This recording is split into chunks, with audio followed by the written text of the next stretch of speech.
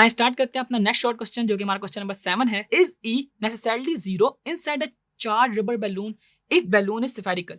Assume that charge is distributed uniformly over the surface. कि आपने ये चीज बतानी है कि हमारे पास अगर एक स्फेरिकल बैलून है, उसके ऊपर जो इलेक्ट्रिक फील्ड लाइंस है वो लाजमी है कि वो जीरो होगी। कि अगर हम कहते हैं कि उसके ऊपर चार्ज हो वो यूनिफॉर्मली डिस्ट्रीब्यूट हुआ हो, तो आए इसका आंसर हम निकालते हैं। आपको ये चीज हमने गॉसेस लॉ में बताई थी कि जो हमारे पास इलेक्ट्रिक फ्लक्स होता है वो इक्वल होता है क्यू टाइम्स हमारे पास 1/, एप्सिलॉन नॉट टाइम्स के। ठीक है, जब हम चार्ज को मल्टीप्लाई करते हैं 1/, एप्सिलॉन नॉट टाइम्स से, तो हमारे पास इलेक्ट्रिक फ्लक्स बनता है। और ये चीज आपको पता है कि इनसाइड द बैलून हमारे पास इलेक्ट्रिक फ्लक्स जीरो होता है, जस्ट बिकॉज ऑफ वो गॉसियन सरफेस की वजह से हम उसका जो इलेक्ट्रिक फ्लक्स है इनसाइड द सरफेस जीरो ले रहे होते हैं।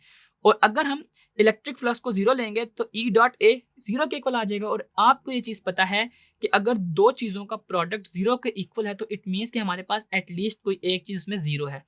और आपको ये भी पता है कि कभी भी बैलून का जो एरिया है वो तो जीरो हो नहीं सकता, तो E डॉट ए में हमारे पास E की वैल्यू जीरो होगी। E की वैल्यू जीरो होने का मतलब ये है कि मेरे पास इलेक्ट्रिक फील्ड जीरो होगी और एरिया मेरे पास जीरो नहीं होगा। एरिया हमेशा हमारे पास नॉन जीरो होता है किसी भी मैटर का।